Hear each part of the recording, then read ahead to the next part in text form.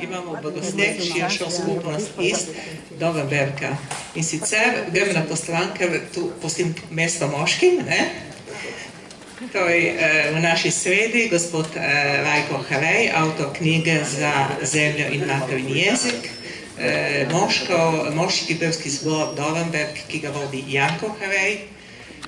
Nocoj bomo imeli tudi imamo v naši sredi gospoda Davorina Slejka, ki je vinogradnik in vinar, in bomo imeli tudi priliko, da bomo popustili njegovo zlato kapljico, in tudi Metkine dobrote, to je gospa Metka Harej, ki nam bo pač nocoj predstavila in dala pokusiti svoje izdelke, domače zelenjave in sadja iz Vipavskega.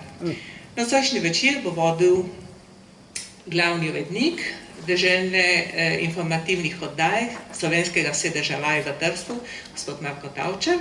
Vsem skupaj se zahvaljujemo, da ste nocoj v naših sredi in da ste se odzvali našemu vabilu, in Marko, tu predajam besedo, oziroma Janko tu najprej.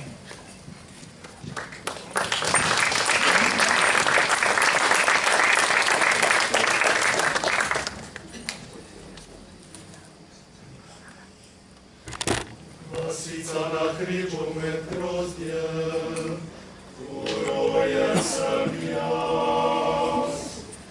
Pod njo pa se bije Vipava, to moja domača je vas.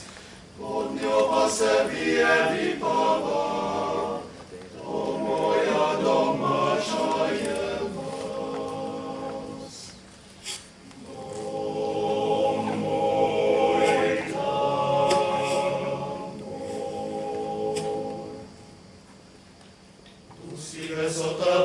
hiše, molči grad stari stoji. Krvava se zgodba mu piše, v davnino obrača oči. Krvava se zgodba mu piše, v davnino obrača oči.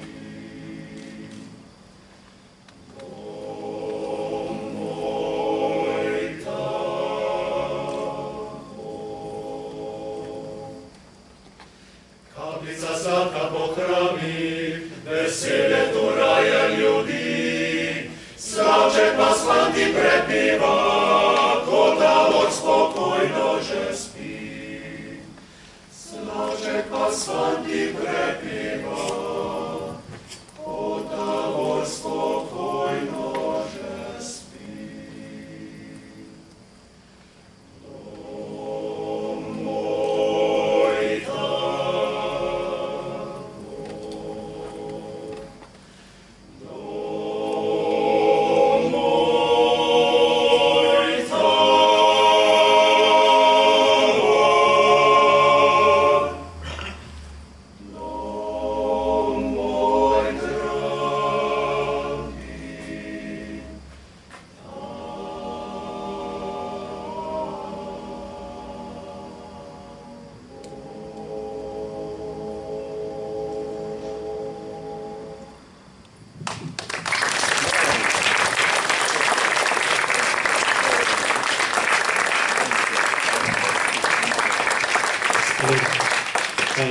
Hvala lepa tudi za vabilo na nocojšnji večer. Še enkrat lepo pozdravljeni v imenu moškega zbora iz Dovenberka. Naprošeni smo bili, da naredimo uvod v to prireditev, in začeli smo jo z pesmijo Taborško, torej naša, iz naše vasi. Tabor je majhna vasica nad Dovenberkom in mislim, da zelo lepo odslikuje naše vrednote. In tudi menim, da zelo lepo odslikuje tudi današnji večer. Če se malo preletimo, prva kitica je povedala, da prihajamo iz zelo lepe vasi, druga, da nam je zgodovina pestra in da jo cenimo, in tretja kitica, da smo dejansko veseli ljudje in da radi pojemo. Še dve pesmi bomo zapeli. Naslednja bo En starček, ki jo je prejel skladatelj, zborovodja, organizator Zorko Harej, mislim, da ga zelo dobro poznate, doma iz naše vasi. In tretja še priredba popularne Jana Plestenjaka.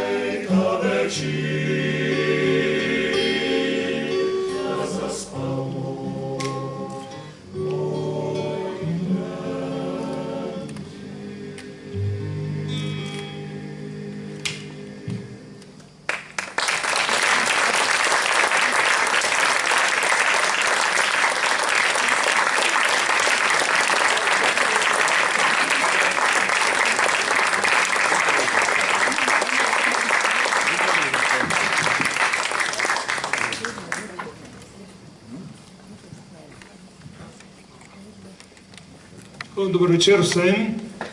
Lepo, da smo se zbrali tukaj pod lipami. Sicer temperatura je še vedno, bi rekel, kar visoka in te luč ne pomaga. No, hvala fantom, da ste tako lepo zapeli in nas uvedli v večer, ki bo posvečen Dornberku in dornberškim ljudem. Ne samo Dornberčanom, ampak tudi Taborcem in Zaloščanom in vsem ostalim, ki spadajo pod Dornberško faro. Kajti Rajko Harej, inženir gradbeništva, dolgoletni direktor Savkanske industrije Apna, delali ste na različnih področjih, ne nazadnje tudi kot član občinske uprave v Novi Gorici, predsednik sveta in še druge funkcije ste upravljali. Istočasno ste tudi bil aktiven v politiki pri Slovenskih krščanskih demokratih in Slovenski ljudski stranki in predsednik domačega dornberškega društva Zapisi.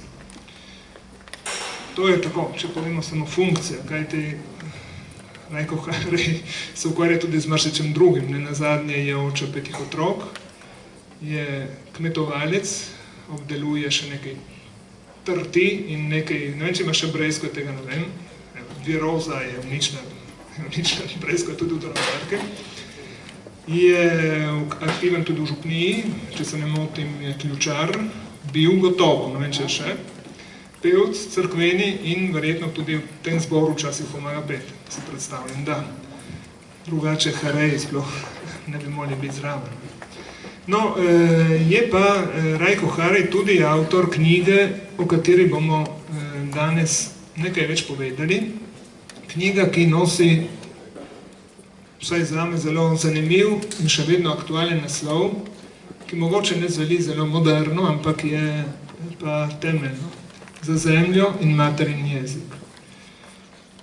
Gre za, bi rekel, poanto, sporočilo, ki je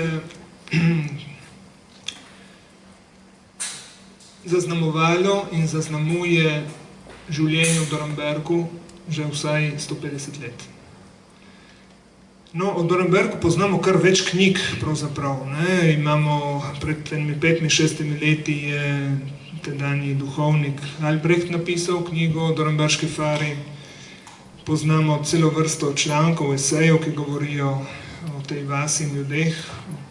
Tudi vaš stric mi je dal v branje svoj čas knjigo, ki jo je napisal čotar Milan. On je bil visok jugoslovanski oficer, lahko rečemo. Mislim, da je vodil med narodno-osvobodilno borbo, je bil poveljnik na Neretvi. In je napisal knjigo, ki pripoveduje to svojo zgodbo prej italijanskega vojaka, potem partizanskega, vse, kar je preživel ta človek. In naslov je posrečen, ker še vedno cvetijo marelice, v smislu, da je navkljub vsem težavam, ki jih je preživel in prestal ta človek, je vedel, da na marelice nas spomniti še vedno zacvetijo. No, zdaj pa je, še o kateri knjigi bi se dalo kaj povedati. Kako ste se odločili videti, da boste napisali to knjigo, ko v Dornberku pravzaprav že marsikaj vemo? No, hvala za besedo. Ni bilo treba toliko predstavitev. V Dornberku pravzaprav smo pred 700-letnico, ki smo jo praznovali 96 leta, bili pravzaprav na tesnem z zgodovinskimi knjigami. Ostalimi kar še drugih področjih, kar še zgodovinskimi pa smo bili na tesnem. No in takrat smo si zadali tudi za cilj, da pripravimo en zbornik, da malo osvetlimo naše dogajanje generacije naprej. No, takrat ta zbornik ni rad, ker smo imeli preprosto premalo časa. Meni je potem tlela neka želja, da bi le nekaj v tem smislu napisal. Le take knjige, kot je bila takrat zamišljena, ker to je, hvala Bogu, takrat napisal tale župnik Ivan Albrecht in zelo lepo, to je Dornberg v tiskalnici zgodovine, zelo lepa knjiga. Zelo zanimivo in tudi, bi rekel, poučno za nas, konec koncev generacije, ki nismo dali vojne skozi, je bila knjiga, kot je Marko navedel, Ravno so cvetele marelice. Mislim, da je to ena najlepših partizanskih knjig na partizansko tematiko in veličastna pot našega vaščana Franca Barceta, ki je prišel v Črnogoro kot italijanski vojak, potem dal skozi propad te enote, potem so se pomikali po Jugoslaviji proti italijanskim Italiji, vmes so naleteli na bitko na Neretvi, ga je Tito tega našega Franca direktno imenoval za poveljnika divizije teh italijanskih vojakov in tako naprej. Tudi zanimivo nadaljevanje, kako so se približali meji in jasno kako so pravzaprav tudi padali in trpeli in tako naprej. Zelo zanimiva knjiga, malo drugačna, pisana, kot so vse naše partizanske, tako da je zelo berljiva. Tiskrat smo se celo nekako prizadevali, da bi šla tudi pri Goriški Mohorjevi, moče kdaj v ponatisu. No, zelo zanimiva je bila tudi knjiga, ki je bila predstavljena tle pred časom, in sicer pa tematika prve svetovne, in sicer dnevnik Iva Brica, kot pač vojaka tržaškega polka, tudi zelo, zelo zanimiva knjiga. Tržaški polk je imel zelo malo pisanega o sebi in to je ena redka stvar, ki je potem išla.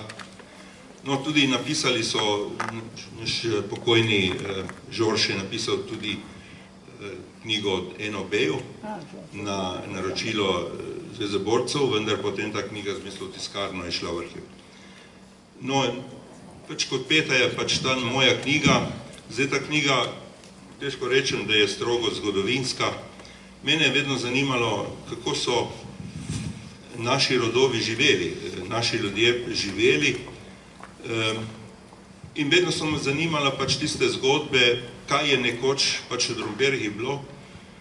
In vedno so me zanimala, kdo so te stvari tiskrat vodili in pač peljali, da je taka kmečka vas, kot je Dornberg, vse to imela. In zato je pol nastala moja knjiga, ki zajema obdobje od marčne revolucije, se pravi 1848, pravzaprav zajema 1849, ker tiskrat imamo veliko srečo in ima novo mašo in naš duhovnik Furlan Josip. No, in pišem do propada vseh društev, to je pa leta 1927. Vso osnov sem zajel predvsem iz časopisov. Hvala Bogu, je tiskrat očitno pero kar teklo in je tega gradiva kar veliko. Tako da sem za vsa leta od leta 1870 naprej dobil vse programe, kaj so peli, kaj so igrali in tako naprej, pa tudi kdo so vodili in tako naprej, kar veliko podatkov o teh naših društvih. No, v knjigi bi še samo to še dodal, razen tega društvenega ali pa družbenega življenja na vasi, sem potem se zahvalil tudi temu, ki je konec koncev mi omogočil to pisanje, in to je ta eden prvih časnikarjev goriških, prvih pesnikov, pa tako naprej goriških, in eden očetov čitalništva, in tako naprej, to je Josip Furlani, skoraj povsem neznana oseba, vendar zelo, mislim, da zelo vreden, da se ga spomnimo. Ja, vreden, da ga spomnimo. Duhovnik, pesnik, dopisnik raznih listov, zelo zanimive podatke bomo prebrali lahko v knjigi o tem, kako so delovali. On je bil celo vrsto let duhovnik v Vili Vicentini in kljub temu je ohranil tesne stike z domačo vasjo, z Gorico, Slovenskim življem in objavljal v tedanjih časopisih mnoge zapise, spise in tudi pesmi, ki so objavljene tudi v tej zbirki. No, mogoče se bomo k Furlaniju vrnili kasneje. Mene recimo se zdi zelo zanimivo to, da ste skušali nekako sproti ustvarjati, ste prikazali recimo gospodarsko stanje na vasi, probleme, s kateri so se soočali, ustanavljanje, ne vem, vinogradniška, vinarskega društva, ne vem, zanimanje za železnico, konec koncev tudi te družine, ki jih opisujete, Furlanije, to so bili mlinari, ki so bili pač tudi z gospodarskega vidika taka močna rodbina in izpostavljate poleg Furlanijev še nekaj takih družin, ki so bistveno prispevali k razvoju vasi in tudi k vodenju bodisi čitalnice kot občine in torej stvarnosti v Dornberku. Vse to ste razbrali iz časopisnih virov, glavno.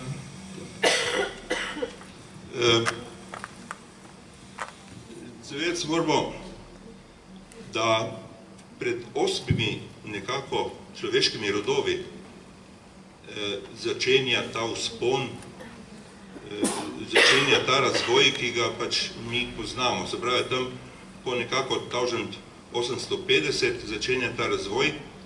In kaj pogojuje ta razvoj? Ta razvoj pogojuje padec feudalizma in ta, bomo rekli, meščanska, kapitalistična, ne vem kakšna revolucija, ko se zadeve, ko se življenje teh ljudi v celoti spremeni. Če govorimo po feudalizmu, da imamo pač nekaj feudalnih gospodov, mogoče par kmetov svobodnih, v glavni imamo pač tlačane, sicer ni tako hudo, kot so nas učili v šoli, ker v šoli smo učili ruski sistem, ki je bil najbolj krut. Z padcem feudalizma se dejansko spremeni vse. Ljudje dobijo zemljo, pač postanejo neki mali kmeti ali pa večji ali pa kakšni že. To je eno, začnejo skrbeti, začnejo gospodariti. Druga stvar, ki je, jaz mislim, da največji projekt v zgodovini Slovencev, je ta šolski sistem. Tiskrat cesar reče, naj začnejo šole in to naj začnejo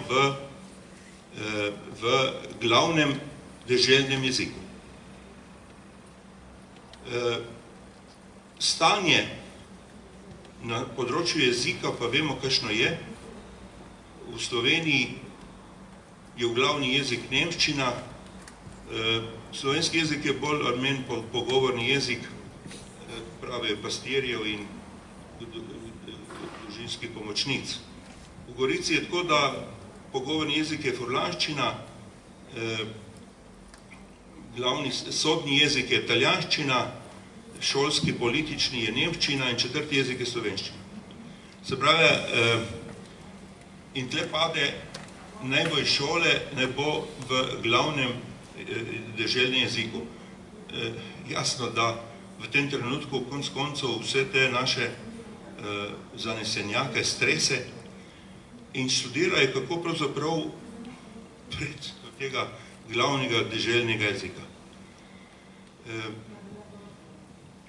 Na Goriškem je zanimivo, da govorimo o 3/4 prebivalstva goriške dežele je Slovencev in nekaj več kot četrtina ostalih narodov. Zdaj, glavni deželni jezik, ko sem pa rekel, je, mislim, zdaj kjer je, ne? To naša boga slovenščina je delč proč. In takrat začnejo te boji, kako čim prej ta slovenski jezik uveljaviti. Ma ne samo to, treba je dobiti učitelje, šolati učitelje, dobiti gradivo. Učbenik za slovenščino je veliko let, so novice, kmečke godelske novice in tako naprej in tako naprej. Ni učbenikov, ni šol, ni prostorov in ta projekt začne in mislim, da ga naši ljudje čudovito začnejo. Ja, šolski sistem, šolsko strukturo so postavili na nove postopoma, seveda počasi. Druga zadeva, ki je šla nekje paralelno, tudi v Dornberku, je prosveta, čitalništvo. Tudi v Dornberku so se našli ljudje, ki so verjeli v pomen prosvetnega delovanja, pevskih zborov, gledališča in predavanj, ki so jih prirejali, in iz knjige razberemo, da so se v to delo zagnali res z velikim navdušenjem in tudi z velikimi sposobnostmi. Znali so zelo dobro organizirati društvo, čitalnico, ki je potem skrbela za ta prosvetni kulturni vidik. Bi nekaj povedali o tem, o nastanku tega čitalniškega društva? No, v Dornberku je v tem obdobju, kjer si pisujem, kar veliko kulturnih društev, je čitalnica, potem so izobraževalno društvo, bralno društvo, društvo Cirila Metoda in tako naprej. Prvo društvo, ki je pa mati vseh društev, je čitalnica. Zdaj, čitalnico imamo mi en problem. Nam čitalnice pravzaprav ne priznavajo kot ustanovljeno leto isto kot Gorice, se pravi 1862, ampak nam je Slavej na 1870. Vsi podatki, ki pa obstajajo, tudi članki, pravi, da povedo, da je ta društvo bilo ustanovljeno med prvimi, celo prvo v Sloveniji. Prvi članek, ki nekako govori o tem društvu in o tem pravzaprav bolj dejavnosti, je iz leta 1861, napisal ga je ta znani Furlani v Novicah, da pač v Dornberku že veselo vadijo in veselo čitajo časopise in tako naprej. In jasno, to kaže na stvari, ki se že dogajajo. Se pravi, tle sem že potem dobil nekoga, da mi je bilo jasno, kdo je pravzaprav tisti, ki je vasi v začetku, bi rekel, poganjal ali pa v vas prinesel to življenje društveno, to je ta duhovnik Furlani, kaj več o njem. Se pravi, imeli smo enega zelo dobrega ali pa, bi rekel, zavzetega, plemenitega narodnega voditelja, ki je, bi rekel, na tem bedel in to spodbujal. Po drugi strani je bila družina Furlani, družina, ki je pa stvari peljala, ker pač duhovnik ima novo mašo in potem je pač njegova pot, kjer je bila pa družina Kerševani. Franc Kerševani je bil pač vojaški starešina, mislim, da je bil zastavnik, ki je pa te stvari, bi rekel, peljal. Bil je tudi prvi župan, bil je ustanovitelj vinarskega društva, pač in dejavnosti, ki jih je pravzaprav ta človek nastavil, tam nekako občina začnejo nekako s tisočlih tako z 1950, te dejavnosti, ki jih je pravzaprav ta Kerševani nastavil, pravzaprav se v Dornbergu še danes dogajajo, pravzaprav celo v malo bolj skromni obliki, kot so bile tiskrat. Še nekaj bi povedal, zanimivo je to, da ta dva možakarja, pravzaprav ne duhovnik, ampak oče od duhovnika in ta Kerševani sta imela pa za žene sestri in sestre so pisale De Leoneli in sta se obe poročili zelo mladosti, ena pri 15, ena pri 16 letih. Očitno sta bili pa obe zelo sposobni.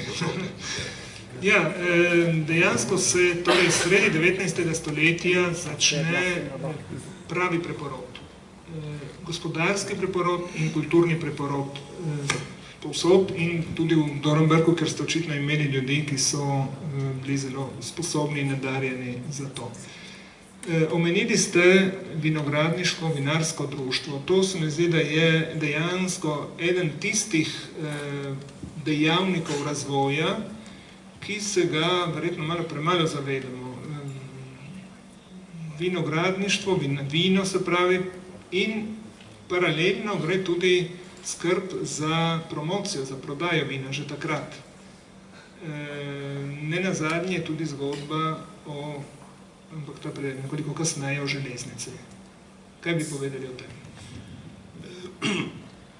Se pravi, tam po letu 1850 nastane kar naenkrat veliko kmetov, vendar kmet še ne, preko zemlje še ne pomeni preživetja, ne. preživetje pomeni proizvod, ki ga uspeš prodati. Mi smo imeli srečo, naš ta prvi župan, ki sem prej že govoril, Krševani, je bil dolgo leta oskrbnik grajskih posestov in je dobro poznal to vino in poznal trge za prodajo in tako naprej. In Dornberg je to je pravzaprav malo znano, goriško ali pa vipavsko vinarstvo pravzaprav se je razvilo v naši vasi. Leta 1872 so ustanovili društvo vinarjev in sadjarjev in to društvo od leta 1875 naprej do prve svetovne vsako leto priredi razstavo in javno degustacijo teh preko razstavljenih pa vzorcev. Na to razstavo pač vodi ena komisija. Predsednik te komisije je, po mojem, na Goriškem premalo poznani Franc Povše. Ta Franc Povše, če ne drugega, je znan iz prejšnjega leta, ko smo govorili o Cankarju, je sodobnik Cankarja, na njenih volitvah s Cankarjem je Cankar tudi porazil in tako naprej. Je pa predvsem direktor Kmetijskega inštituta v Gorici. Ta inštitut je bil ustanovljen za potrebe sviloprejke, vendar se to sviloprejko pač dobi neka viroze, neke bolezni, tako da se to sviloprejko, ki dosti ni. In potem ta inštitut pravzaprav se posveti drugim temam in ena glavnih je pač pomoč našemu kraju, tako da sem ga tudi Povšeta razglasil za našega največjega podpornika. No in spravi, kako sem rekel, od 75 naprej do prve svetovne so vsako leto razstave. Na te razstave in javna ocenjevanja prihaja vsako leto, prihajajo kmetje iz bližnje in daljne okolice, ker konec koncev na teh razglabljanih ali pa analizah teh vzorcev, vsak jasno vzorc dobi, vendar ne sme govoriti, se, rekel, šolajo in tako okusi kot potrebe, kot bolezni in tako naprej in tako naprej. Je to ena izjemno dobra, rekel, danes praksa, ki ima izreden vpliv na razvoj vinogradništva na Vipavskem. Tudi mislim, da je to ena prvih vasi, ki se odloči za neko panogo. Poznamo sukanske mizarje, mirenske čevljare in tako naprej. In tudi druge poti, pač druge vasi grejo po nekaj tej poti. Tako da tudi v tem smislu promocije in preko življenja, tega gospodarskega življenja pomeni pač ta sistem neko... Ampak drži, da so trgovci, vinski trgovci kupili že vino naprej. Ja, so bile tudi take letne, da so dejansko trgovci, to so bili glavni Dunajski ali pa ne vem, z Prage in tako naprej, zakupili grozdje že na trtah, pri cvetenju, ne še niti odcvetelo. No, so bile razne letne, vedno pod Avstrijo je bila velika konkurenca vin iz Italije. Ko so pač pripeljali ogromno vina z Italije, je bilo pri nas pač malo bolj problem prodaje in tudi cenovno. Drugače je bilo pa vino pod Avstrijo strašno dobro plačeno, verjetno tega nikoli več ne bo. In to je pomagalo, da se je vas razvide? In to je pomagalo,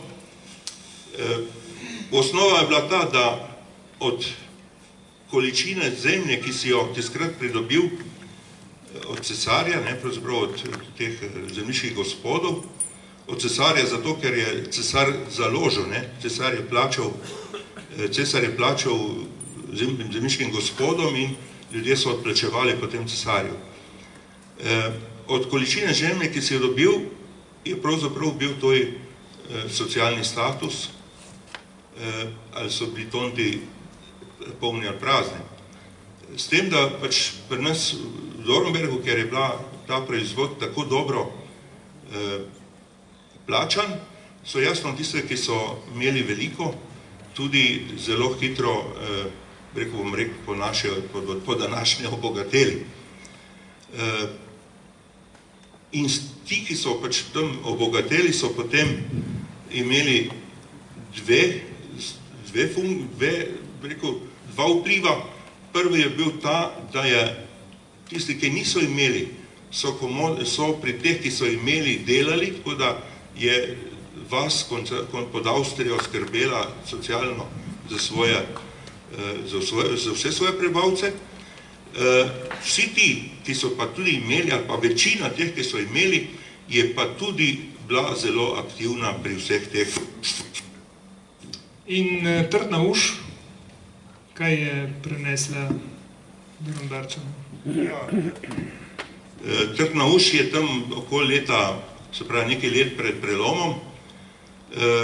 Trtna uš je jasno zmanjšala dohodke približno za 5, 6, 7 let, in so dohodki pač močno padli. In namesto, da bi ljudje pač odplačevali normalno te kredite cesarju, so se pač tista leta zadolževali in verjetno je posledica Trtne uši tudi Alexandrija. Ja, pojav Aleksandrink, to je gotovo tema, ki je zaznamovala širše področje Vipavske doline in zlasti te vasi, Dornberk, Prvačno in tako naprej. Preden bi nadaljevali s knjigo in bi nekaj več povedali o Prvi svetovni vojni oziroma po Prvi svetovni vojni, bi mogoče bila zdaj prilika, da bi izvedeli, kako je z vinogradništvom danes, oziroma z vinarstvom v Dornberku. Kaj bi rekel gospod Harij, bi se strinjal? Ja, jaz bi se v celoti strinjal. No, mi smo današnji večer pravzaprav tudi namečko oblikovali, tako kot so ga oblikovali v času pod Avstrijo, da so dejavnosti v vasi preprosto združevali. Niso rekli, zdaj bomo samo pojeli, zdaj bomo se recitirali, zdaj bomo samo kaj drugega, ampak vse, tudi telovadili, vse, kar je bilo potrebno. No, prosim, torej, gospoda, jaz ga ne vidim, bi prosil, da pride Lado, gospod Lado, evo, prosim.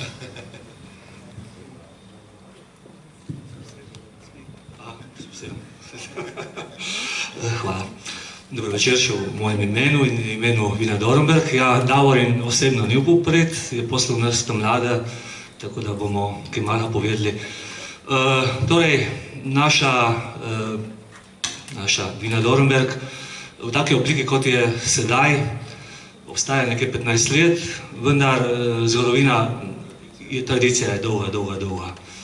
S tem so se ukvarjali že naši nonoti in pranonoti in prapranonoti, tako da imamo za sabo kar lepo tradicijo. Seveda, vino se ne dela več tako, kot se dela pred stoletji. Tehnologija gre naprej. Ampak cilj, ena stremenje k temu je, mislim, da je isto ostalo, se pravi, predelati čim bolj kakovostno vino na čim bolj naraven način, za čim manjšo uporabo kakšnih sredstev, kemije in takih reči. Mi imamo za to dobre možnosti, glede na to, da so naši vinogradi vsi na gričih, trta raste na laporju, manj rodi, je pa grozde neprimerno bolj kvalitetno, tako da je lažje napraviti eno vrhunsko vino. Sorta. Ja, na taka značilnost je tudi ta, recimo, da nismo usmerjeni v eno ali pa v dve sorti, ampak predelujemo celo paleto teh naših sort, ki so pri nas doma, v naši dolini. Ne vem, recimo Rebula, Malvazija, Zelen, pa tudi te svetovne sorte, se pravi beli, sivi, modri pinot, Chardonnay, Sauvignon, rumeni muškat. Od rdečih je seveda na prvem mestu Merlot, Cabernet Sauvignon in tudi Barbera. In zdaj v manjši meri tudi na novo obujamo Pokalcev, to je bila ena črna rebula, ki je bila pozabljena za zdaj. Tako, no, mi smo vam danes za pokušnjo pripravili 3 vina, 2 beli, 1 rdeče, se pravi rebulu, laški rizling in barbero. Vabljeni na degustacijo. Hvala. Rekli Klarence, niste Klarence. Klarence ne. Ja, če sila se ne ide vse.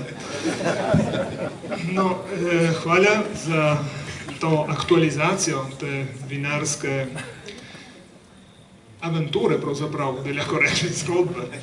No, dobro, Prva svetovna vojna, omenili ste Iva Brica in njegov dnevnik, ki je šel pred nekaj meseci pri Goriškem horjevi družbi in dejansko pomeni zelo, kot ste rekli, zelo dragocen doprinos k poznavanju tistega obdobja in predvsem vojakov, ki so se borili s to tržaškim polkom.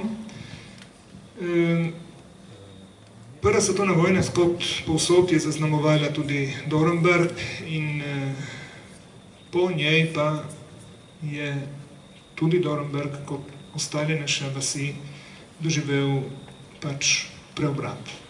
Prišli smo pod Italijo, kmalu se je začel fašizem in to so bila leta, ko vi uporabite v knjigi nekajkrat zelo zanimivo sintagmo. Začel se je Gandijevski boj. Rečete, opišete, da tudi v Dornberku so se pač razmere spremenile, slovenščina je bila prepovedana in začel se je Gandijevski boj. V kakšnem smislu?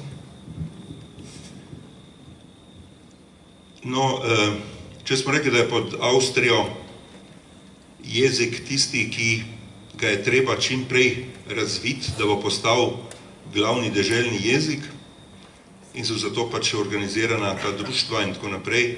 Dejansko pod Avstrijo tudi vse cveti. Pogoji za vse so, bomo rekli, dobri in odprti. Vse te pozitivne dejavnosti cesar dejansko direktno podpira. Prej smo govorili o teh tekmovanjih in ocenjevanjih vin in tako naprej. Veliko let prispeva cesar nagrade in tako dalje. No, kar naenkrat pa, jasno, pride ta nesrečna prva vojna. Koliko padlih je bilo v Dornberku? V Dornbergu je bilo, se pravi, približno 106 padlih. Jasno, to so bili. Zaznamovalo močno tudi te vasi, kmetije, hiše. Razpad, rekel, vojna, ljudje grejo v begunstvo, potem se vse skupaj počasi vrača, vojaki obnemogli in tisti, pač, ki so še živi in tako naprej, se vračajo domov. Hiše so razmajane, če že niso porušene, so vsi leseni deli, rekel, požgani, polja so jasno uničena in tako naprej in je Dornberk pravzaprav doživi katastrofo in to zelo hitro. Glavni proizvod vino, cena pade iz približno 30 lir v avstrijskem denarju na 3 lire. Vsi ti bogati kmetje, ki ne hitro spremenijo načina življenja, propadejo, veliko kmetij gre in tako naprej. Življenje se do temeljev spremeni. Moram reči pa, da edina stvar, ki ostane, je pač neki naš ponos. No in s tem je povezan dogodek. Verjetno mislite 30. oktober leta 1921, ko v Dornberku nekje oživijo, tako rekoč čitalnico, v resnici oživijo neko javno prosvetno delovanje. To ste mislili, verjetno? To sem mislil, se pravi 30. oktober leta 1921, posem zopet nepoznan datum. Takrat v Dornberku obnovijo čitalnico, obnovista čitalnico tale gospod Bric, ki je bil preimenovan, in gospod Lojze Berce, član po njem je bil pred kratkim v Novem glasu. Vse to pa z namenom, ki se je hitro pokazal na te ustanovitveni slovesnosti, ko je govoril Virgilij Šček, in sicer je dal sledeče besede: vse lahko zgubimo, ostane naj nam samo zemlja in materin jezik. Te besede jasno kažejo tudi na ime moje knjige. Tudi krščanska, bi rekel, stran, ker ostale struje so tudi povabljene k temu sodelovanju, pa nočejo pristopiti, v nekaj mesecih razvije približno 160 do 170 društev, kjer je glavni namen pač ščitenje, uporaba in tako naprej jezika. Igrajo, zopet so sistemi, bi rekel, kot so včasih bile čitalnice pod Avstrijo, veliko igrajo, letno celo igrajo po 7, 8, 9 iger in tako naprej, kar bi za naše pojme, za profesionalne ekipe skoraj nemogoče. Na tej slovesnosti govorita pa tudi še Bevk, France Bevk in dr. Janko Kralj in Bitežnik Sukan.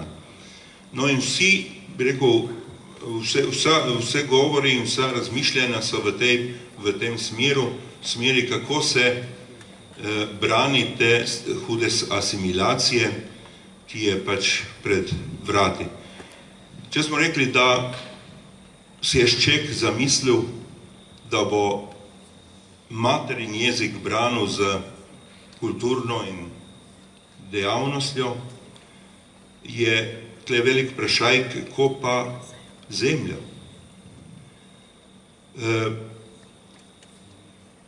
Tatjana Rejc, ki je napisala knjigo o bratih Rejc, je tam zapisala, da je moža, ki je bil tigrovec in je bil med ustanovitelji, Albert, ustanovitelji leta 27 na Nanosu, je rekla, 1000krat sem ga vprašala, kdo je vplival nate, na koncu je enkrat le rekel Virgilij Šček. Mislim, da to odpira neko novo razmišljanje, ker vedno so nas učili, da so Tiger ustanovili liberalci, kar bi preprosto bilo pa zelo težko. Moramo vedeti, da vsi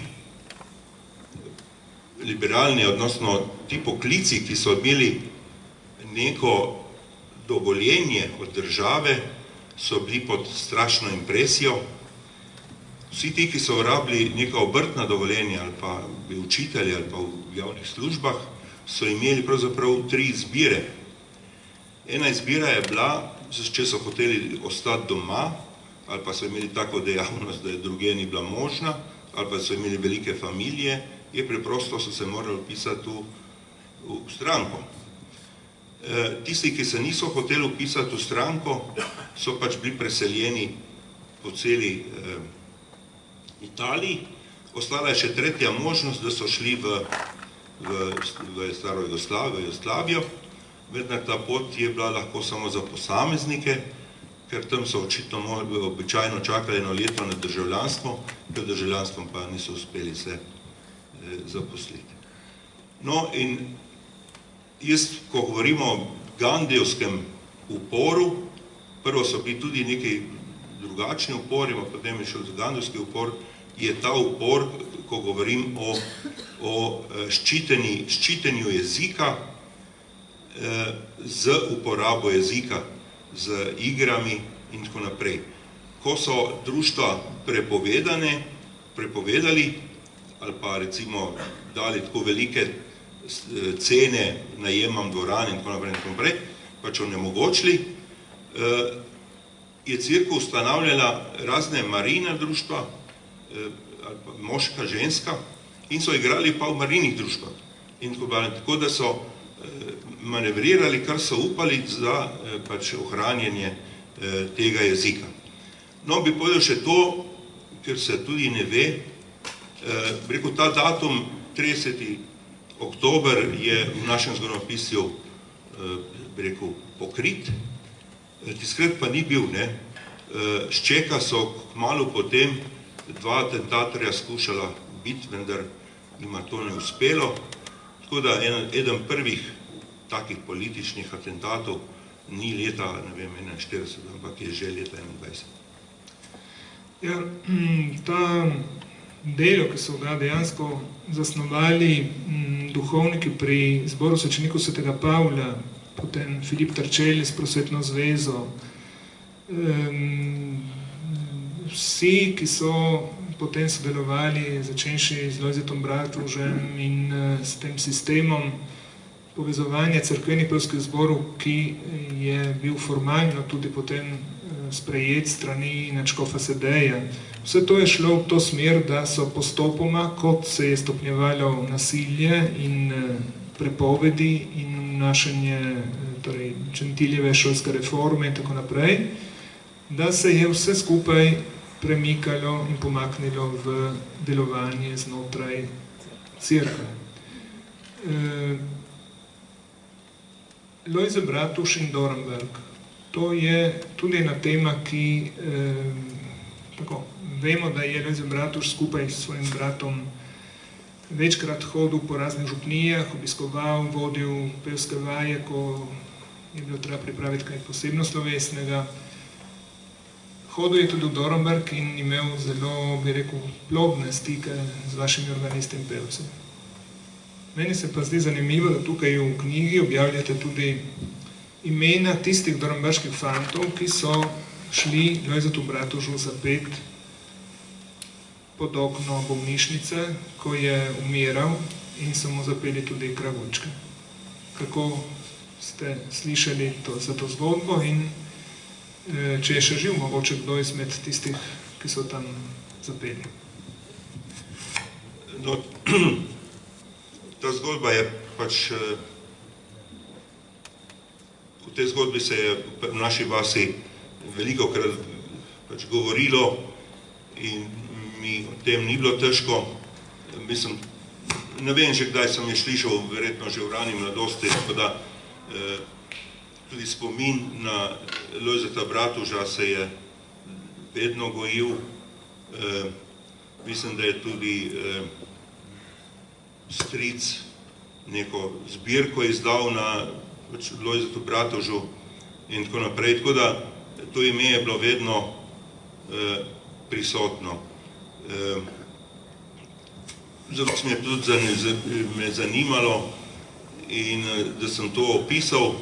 Dobil sem tudi podatke, kako so prišli, kam so skrili kolesa in tako naprej. Kolesa so pravzaprav peljali na Varno, na dom italijanskega oficirja, ker je tam delala neka dorenberška pevka. Tam je delala ena zelo dobra sopranistka, Milka Skominova, in tam so, pri njih so skrili ta kolesa. No, nekaj bi pa še dodal na tisto prejšnjo temo, ki sem pozabil, pa mislim, da je prav, da jo povem. Ko sem rekel, da so jo na hitro ustanovilo in obnovilo 160 do 170 društev, recimo z 10.000 člani, drugje so bile v tem času ustanovljene, se pravi, obnovljene 3 društva v ta namen, tako da je za vas bila ustanovljena ta čitalnica. Predsednik čitalnice je bil Ivo Bric. V Zaloščah je bila obnovljeno izobraževalno društvo, na Saksidu pa bralno društvo. Zanimivo, da vsi ti trije predsedniki, se pravi Ivo Bric, so, bi rekel, umrli in to nasilne smrti kot revolucionarne žrtve. Ivo Bric, pač se zgodba pozna. Še hujši zgodba je o Cirilu Saksidi, iz Saksida. Ta fant je pač bil vodja te bralnega društva na Saksidu, potem se je poročil v Žablje, imel 10 otrok in 5 od pač ena soseda, ki je umrl in je bil pol ubit. No, oba ta dva moža, on tretji heroj Žaloški je tudi umrl, vendar drugačne smrti. Oba ta dva sta na spisku mučencev druge vojne in računamo, da bosta pač razglašena med mučenci, slovenskimi mučenci v drugi vojni. Ja, to so gotovo zgodbe, ki so imele tragičen konec. Zametki pa so vidni ali zaznavni že pravzaprav prej. Ti spori so bili prisotni tudi pred drugo svetovno vojno, pred komunistično, bi rekel, revolucionarno opcijo in mogoče ne tako ostro. Druga svetovna vojna je prinesla pač vojne razmere, ko ljudje izgubijo neko razsodnost, kaže. Že prej pa je zaznati neke hude spore, tudi v Dornberku, ali niso domači, so bili voženi. No, temu razmišljanju pravzaprav sem dal kar nekaj, sem spremljal kar veliko let. Ta neka politična diferenciacija ali pa idejna diferenciacija, nadzorska, ne vem, kakšna začne zadnja leta, se pravi pred prelomom stoletja, tam okrog 1897, 98. No in to je časnikarska bitka. Na tej tapeti je pa od vseh vasi ali pa tle mest je najbolj na tapeti prav Dornberk, nekaj malega Branik, ostali pa dosti manj. Začetko se tem člankom, tem žalitvam eden drugega in tako naprej ljudje smejejo, vendar jasno, ta sistem omalaževanja ljudi traja približno 30 let.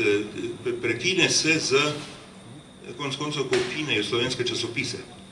Leta, ne vem, 27, 29, spravi 30 let. In jasno, če 30 let nekdo vlaga denar v neko razbijanje, jasno, da v končni fazi tudi uspe.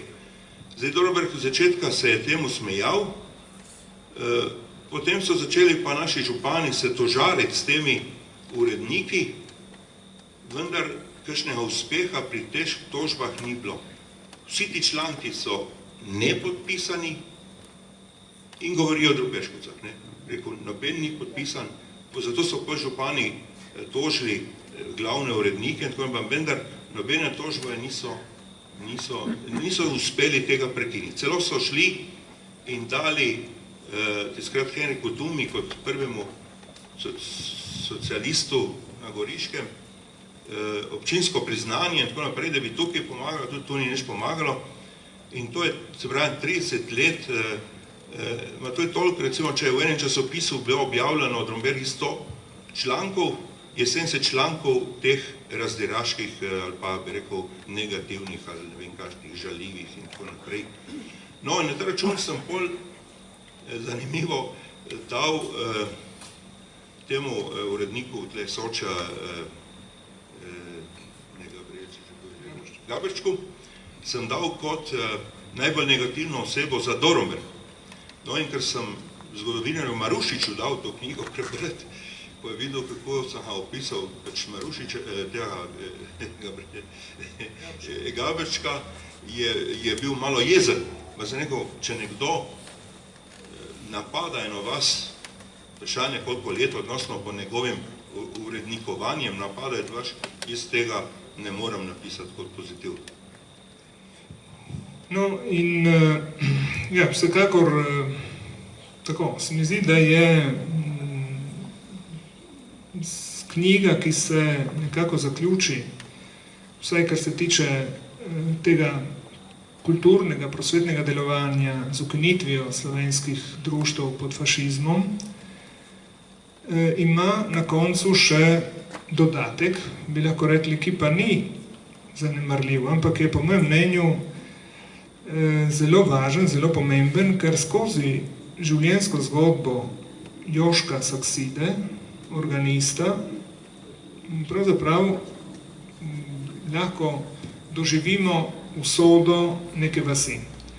Vendar, preden bi o tem še kaj rekli, bi mogoče bil zdaj čas, če se strenjate seveda, da bi povabili k mikrofonu gospod Metko, da nam tudi ona nekaj pove o tem, kako se je znašla v Dornberku kot Gorenjka in kot tako, zelo podjetna ženska, ki prihaja s celo vrsto novih idej, ki jih tudi zna lepo uresničiti. Prosim, gospod Metka, pridite kar sem.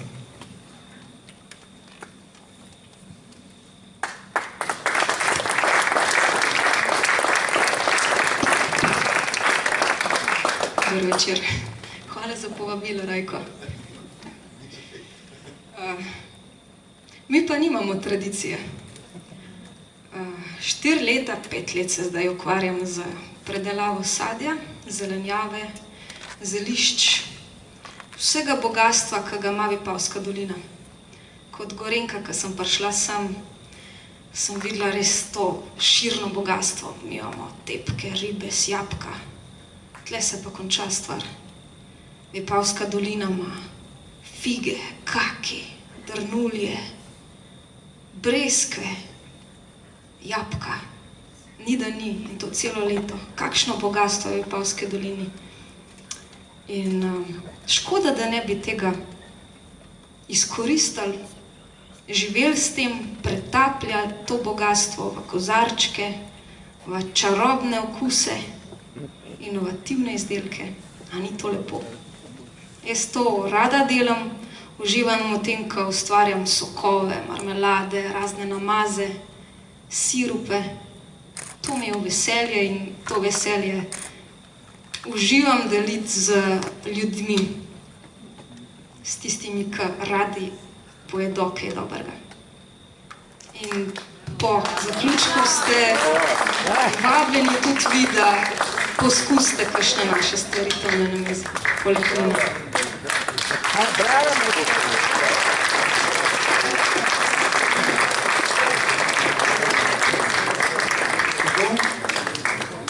Jaz mislim, da te Metkine besede so take, da bi lahko kar zaključili počasi.